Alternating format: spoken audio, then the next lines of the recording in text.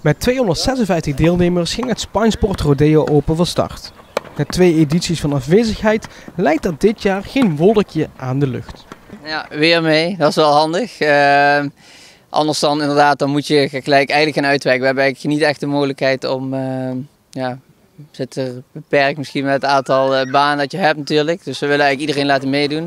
Dus we hebben er ook op een gegeven moment ook wel eens over gedacht om moeten misschien al standaard op 2 parken toernooi gaan spelen. Maar dat willen we eigenlijk liever niet.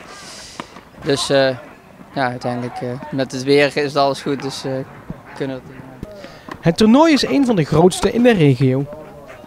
Bij Rode is het vaak, vind ik in ieder geval de kracht, is altijd dat we heel goed activiteit met gezelligheid kunnen combineren, zeg maar. Dus we zijn eigenlijk heel actief op de baan.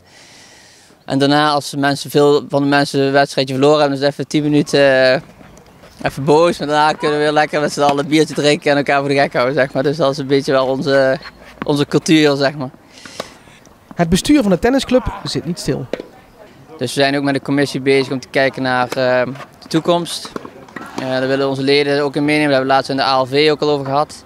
Dus wij onze leden een enquête voorschotelen. En eigenlijk moet dat een beetje ons kompas worden hoe we gaan. Dus of we willen uitbreiden met tennisbanen, willen padellen, willen we samen met TC Venray padellen en misschien wel tennissen.